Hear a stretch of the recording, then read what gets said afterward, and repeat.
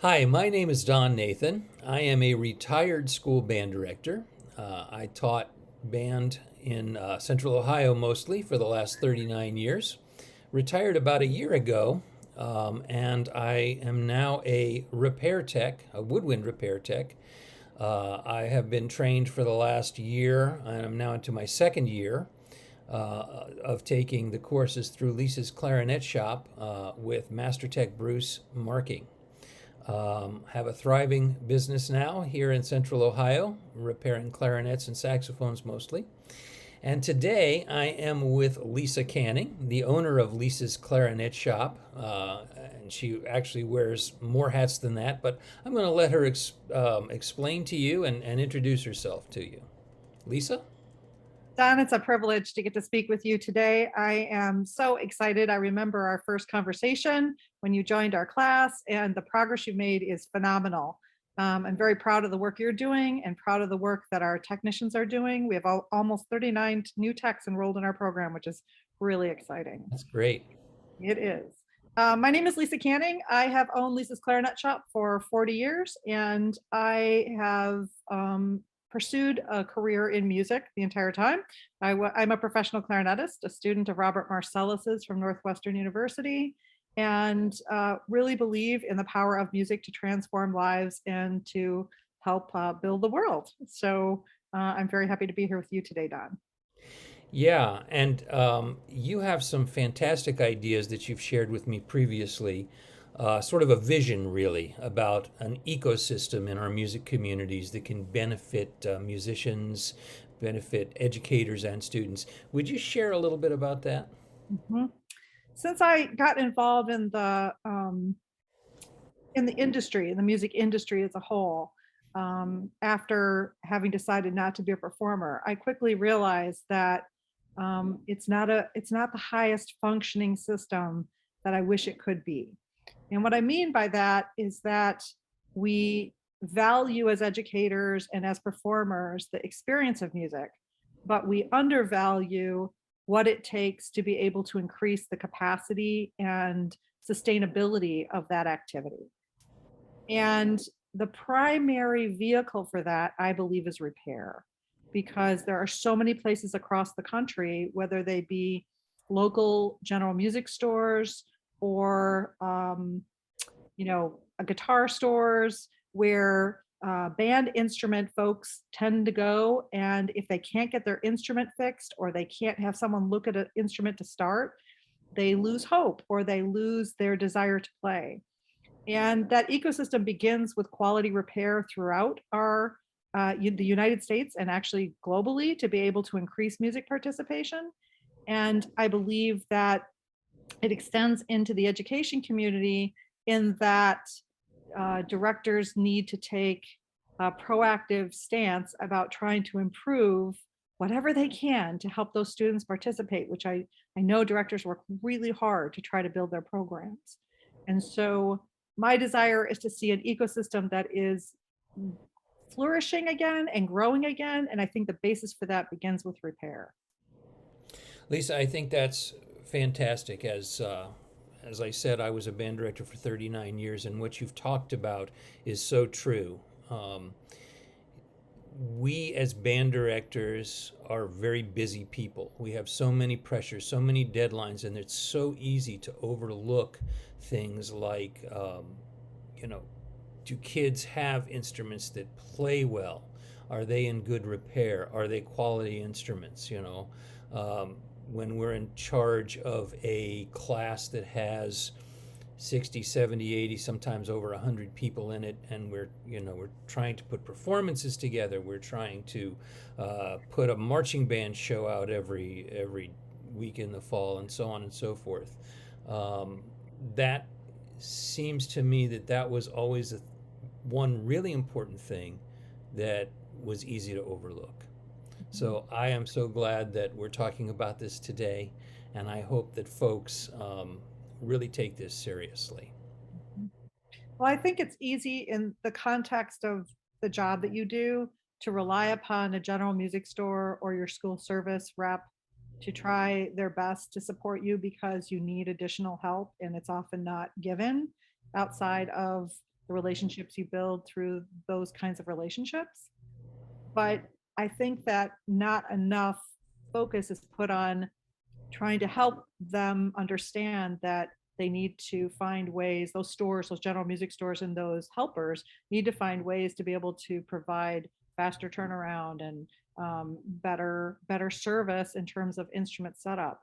And that's one of the reasons why we launched these courses, was to try to help give more people the opportunity to learn basic repair so that some of those instruments could stay in the classroom longer and easier and not be sent off for a very minor thing, um, and also so that we could help place some of these technicians into general music stores that really need them in communities where they're lacking. Because as we've started to study and look across where we find woodwind technicians, there are many, many places in the country that there are literally, there's no one.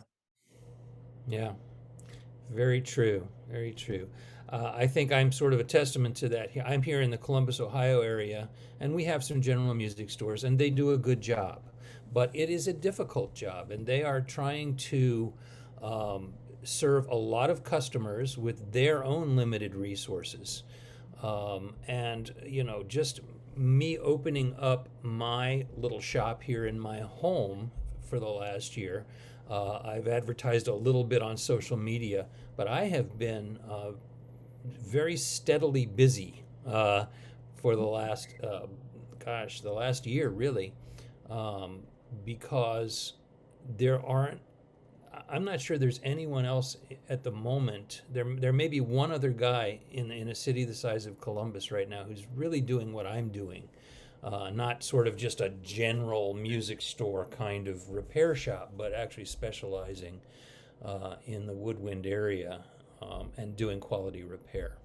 So I salute you for this. It's such an important aspect of making things work in our musical communities. Well, really, the who needs to be saluted are our enrollees, the people who actually have said, "I'm willing to do all the work and heavy lifting to learn."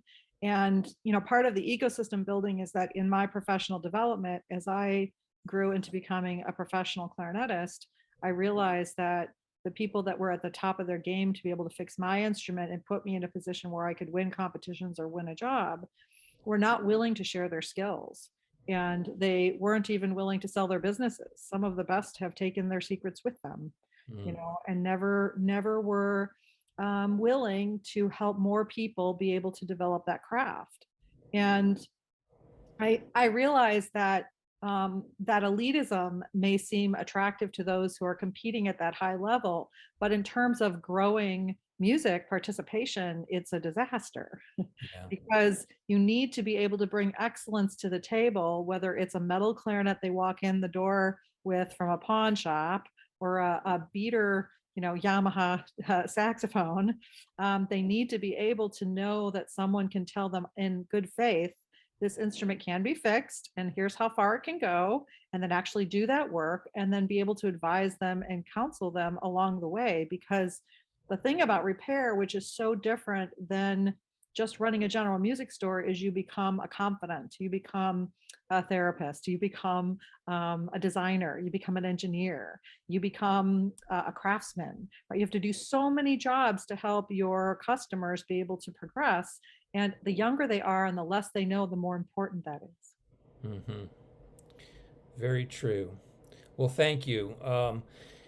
This has been a great chapter in my life, and I have you and Bruce Marking in many ways to thank about this. If you, those of you who are watching this, if you don't know that name, Bruce was the chief repair tech at Buffet in Florida for 14 years, and he's now working out of a shop in New Mexico that Lisa has opened out there for him.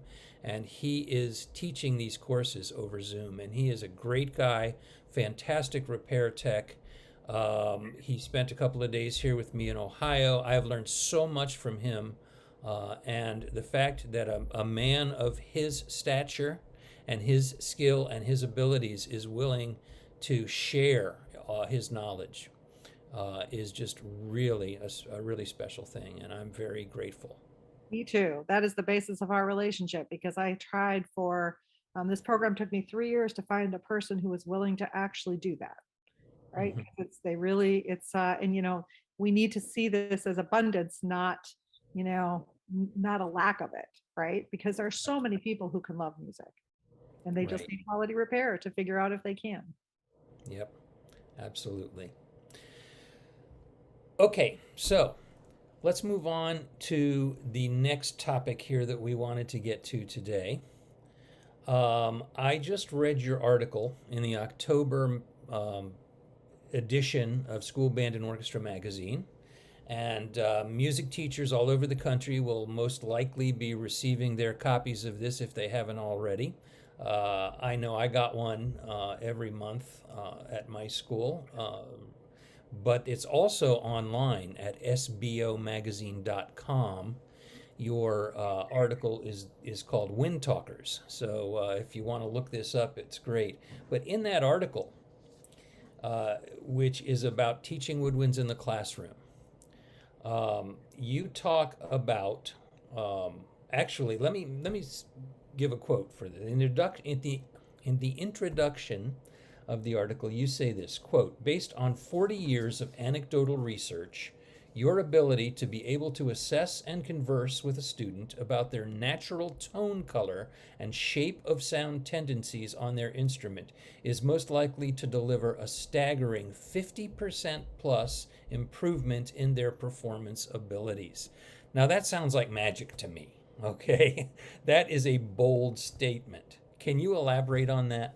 I sure can. It was magic to me when I discovered it worked and that my ideas actually were able to come to life with customers in front of me. It was the coolest thing, and I am so excited to share it with people because it it really works. And basically what it comes down to is that if you don't know what you have in front of you, then how can you possibly determine what it needs to grow? Right. And while you can identify that you have a child or a certain number of months or years that they've studied a musical instrument, and you can know certain things about them, what you need to fundamentally be able to assess is based on their jaw, based on their face shape, based on their oral cavity, based on the way that they approach the instrument and support or don't support, how they vocalize and produce sound on the instrument. And historically, when you give someone an instrument and a mouthpiece and you change those things up, the things that they naturally bring to the table will continue to be present in their sound because it's just like we are as humans. We're a certain height, we're a certain weight, certain hair color, we look a certain way, and we're definable from that view, right? And so this is a similar approach in saying we need to size up first what our musician plays like and what their natural tonal color is so that we can then match it appropriately to mouthpieces and equipment that will help them play much, much better. All too often, I see, and I've heard this for so many years in my shop, where someone will call a band director and say, "Well, I want to put all my kids on the same mouthpiece so that we get that nice, dark, rich sound. Which mouthpiece should I choose?" And the answer is always like, you can't do it that way because each person plays a little bit different. You can get the same result ultimately, but you have to do it based on an individual assessment and then align those outcomes to be able to produce what you want.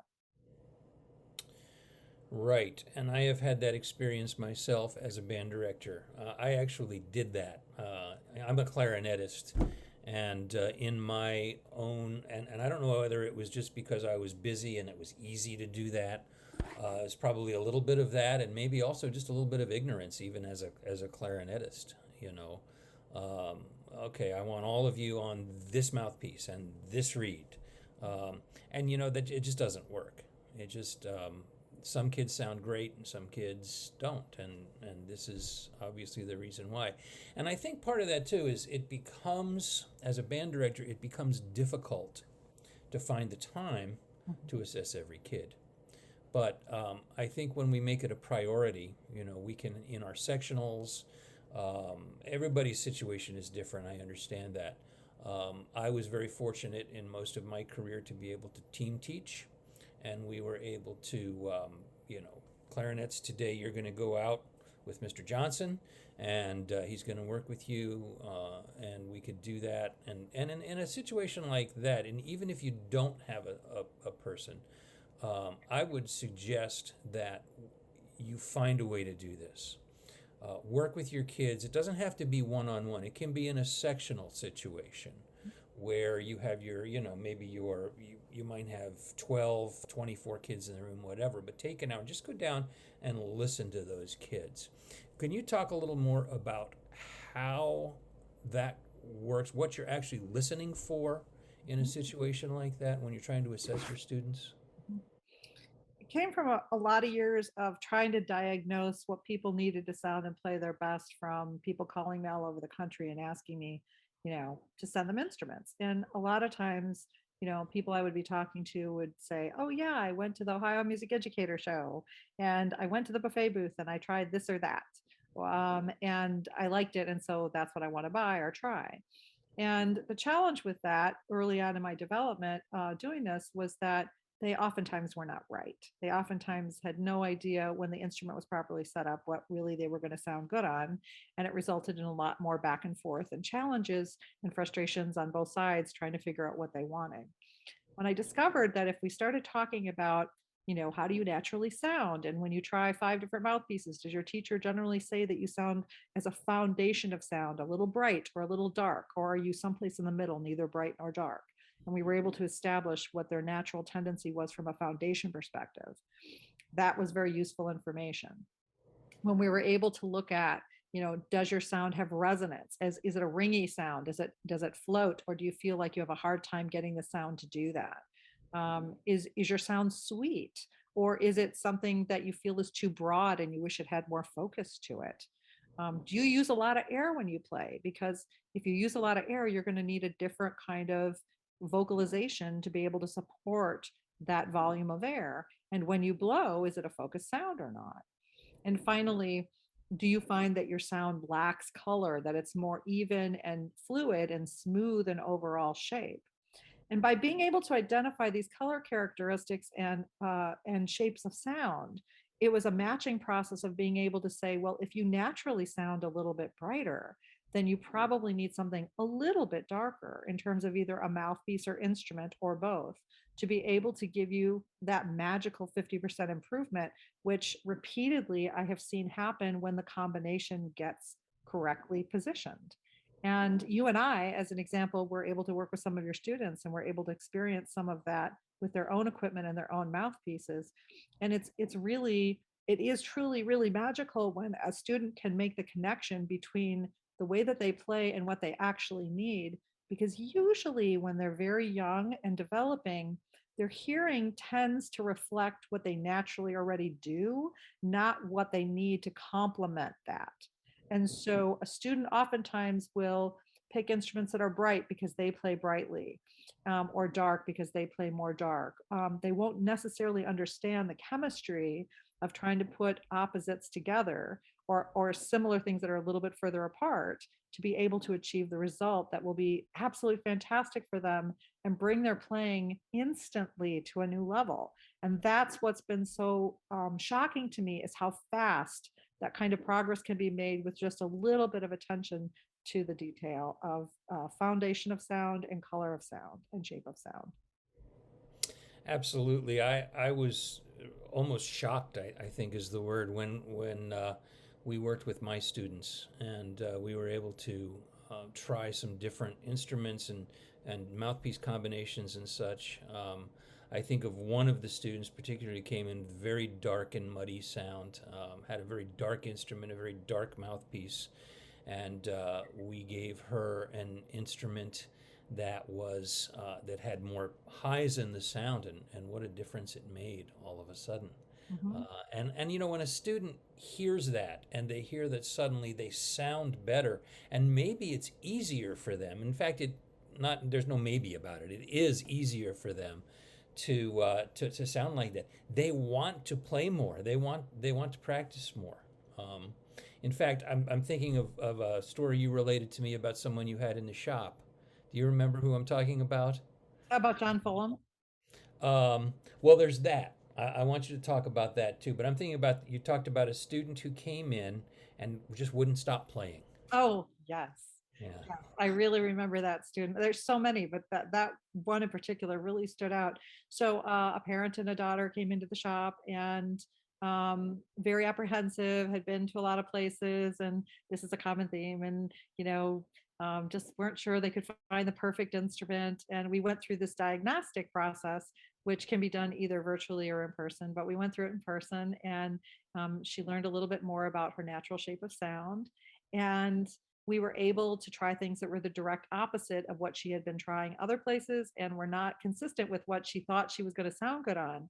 And as we started to work the system and for her to start to see that the complementary voicings and colorings really served her, she found this instrument that was used that she just could not put down. And it worked so beautifully, she wouldn't stop playing. She kept playing and playing and playing. And it just went on for like 20 minutes. Her mom and I just sat there and just were in awe of how much she realized the benefit of getting her voicing to work. And she went from sounding like a student that was very good, that could play in tune with herself, that had an even sound, to playing extremely expressively and fluidly, and as if she could do anything in her playing in like 10 minutes. It was the most amazing experience because she just was so excited and so expressive. Yeah, that is amazing, and that's so inspiring not only to the student, but I'm sure it was to you as well, and to any teacher who goes through something like that. What that those are the moments that make all the garbage that we have to put up with worth it, right? And this So process produces a lot of that. yeah, That's what's inspired me to try to teach it to other people, is because repeatedly it's what people have said to me over and over again, that they no one has taught them these things, and they make such a difference in their ability to play better, and how simple it is and how logical it is, but it just hadn't been laid out with a method that they could follow and that they could actually achieve the result. And yeah. that's what's so exciting to me. Yeah, it is exciting, and that's a good point that you bring up here is that you don't have to go to Lisa's clarinet shop and work with Lisa Canning for this to work if you understand how the system works. And I mean, really, any teacher can do this, They right? can. Um, so And it works with any brand of instrument, and it works with any clarinet, saxophone, flute, trumpet, trombone, violin. It works with everything, because it's about developing shared language and identifying sound and patterns in sound to be able to understand what you're listening for and what to call it, so that it takes away the ambiguity or the subjectiveness of what we're defining. And by developing that shared language, now we have a new way to communicate about something, instead of it being unspoken, which it's usually left unspoken, which is why there is I think, such a big reaction to it, because it gives a voice to something that is felt but not visually seen or able to be communicated effectively. yeah, I absolutely. Um, and the system that you use, and you explain it very well in your article in the School Band and Orchestra magazine, the color ring system, Mhm. right, is what you call it. Can you sort of briefly here explain how that works? Yeah. So, whether it's a saxophone, a flute, a clarinet, or a violin, most instruments look the same, right? And so, as teachers, we oftentimes get into a pattern of recommending something. But when a student goes to try that instrument, they all look the same and they don't really know what the differences are. And so, because of that, especially with clarinets being all black, and with 65% of the population being visual learners, creating a simple system that allows color to be part of the process, which is why it's called color rings, because they're represented through little tiny rings of color. And red means bright, which means that there's a brightness or high to either the students playing or to the instrument. Brown means dark, which means there's either a darkness or either with the person or the instrument. Oftentimes, both red and brown are present, because a lot of people do have both highs and lows in their sound, and instruments often do have both highs and lows in their sound in terms of their coloring. Orange is a resonance band, which basically means that the instrument has a lot of, like you skip a rock in a pond where you feel like the ripples just keep moving, that there's this feeling that the playing just goes forward very easily. And Some students naturally are able to create that kind of vibration and resonance in their playing. Um, Pink is sweetness, which tends to be a little smaller shape of sound and have a beauty to it that is refined but tiny. It doesn't necessarily have the biggest sound, which some students play. You'll find some students will have a smaller sound, and when you give them a very free blowing instrument, all of a sudden that sweetness projects. So it's an interesting thing to work with, whether it's in the student or in an instrument, how that manifests itself in terms of helping them play. And then, of course, some students, as I had mentioned before, and instruments will be particularly smooth, which is lacking in dramatic change in timbre and timbre across registers. It will seem very, very uniform, and that is denoted with a green band for smooth. And finally, we have purple, which is for those instruments and people who play with lots of air or who will take lots of air, which is an important thing to denote because they need special and different kinds of instruments and vocalization to help them play and sound their best. Mhm. There's one more band that in my day in studying was a more popular color, but isn't really used as much today, but I have left it in my system, which is a yellow band, which is yellow is extremely direct. Back in the day when I studied with Marcellus, there was this um, focus on very, very clear and very, very direct sound, which is less prevalent today. Okay. Well, that's a lot of information. Um, and it's great. But if I'm putting myself in the place of a band director who's watching this right now, I may be thinking, boy, this sounds like something I'd really like to be able to use this system. I maybe could really and it doesn't have to just be clarinets either. It could All be right. really any instrument. Yes. Um, but there's so much information, there's so much to take in. Where can I go to try to find this information and break it down and maybe actually start to use it? Mhm.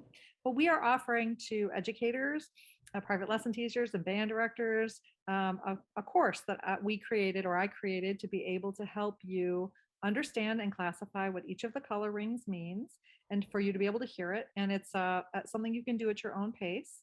And we're also very happy to provide you with the actual color bands or color rings for you to be able to use to identify in your students playing. So I would recommend reaching out to me or someone on my staff at our shop and asking for that course and asking for a collection of rings. And I'd be more than happy to give you some advice or tips. But most people say that once they sit down and focus on it, that it starts to make really quick sense because it's very logical and it's not as complicated as it sounds. And the benefit to your students you will find is profound. And that's really what's prompted this, is because it's worked so effectively with more advanced musicians. And as I brought it down into younger musicians, it's just as effective. That's excellent. And let me just be very clear about something here. I don't want this to sound like an infomercial where we're trying to sell something, okay? Your course and your materials that you're offering are totally free of They charge, are. and there will not be any kind of sales pitch. Nope. There is this is not what this is about at all. This is about educating people, being able to build that ecosystem that we talked about at the beginning, and just really trying to make sure people have what they need to do their jobs more effectively and make our students more successful. Totally. One of the main things that I have seen in my 40 years is that students reach a level of capability and their equipment doesn't keep up with where they're at. And at that moment is when they tend to make very big decisions, like, I no longer have time to play. I Mhm. would rather be doing something else with this time. And not only do they then not remain lifelong musicians, which is sad, but they never get to realize all the investment they have made because they don't see the direct benefit. And the system is designed to try to help them realize that all the effort they've made on equipment that doesn't fit them as well is going to show up two, three, four, five-fold. And when you can give a student a reward that is fairly instant simply by moving different parts of the puzzle around, it really does something to their confidence, and it does something to their motivation in terms of feeling like, yes, I can do this. Yes, this is for me. And whether it's something that they pursue as a professional or just as a hobby, we want more people playing music and being involved in music for life. And that's really what this is about, is how can we attract and encourage that? And anything we can do to do that is of benefit to society, really. Yeah. And this is so exciting, and it's true. I have seen the results of this. I like I said, I used to do things the wrong way, and when we sat down with my students and used this system, it really did make a difference. So, Lisa, thank you so much. Is there anything else that we should cover before we move on here? I don't think so. Okay. Well, I really appreciate your time today. And let's hope that your efforts here will produce much fruit in our musical community. We thank you so much. I would love that. Thank you, Don. Take care.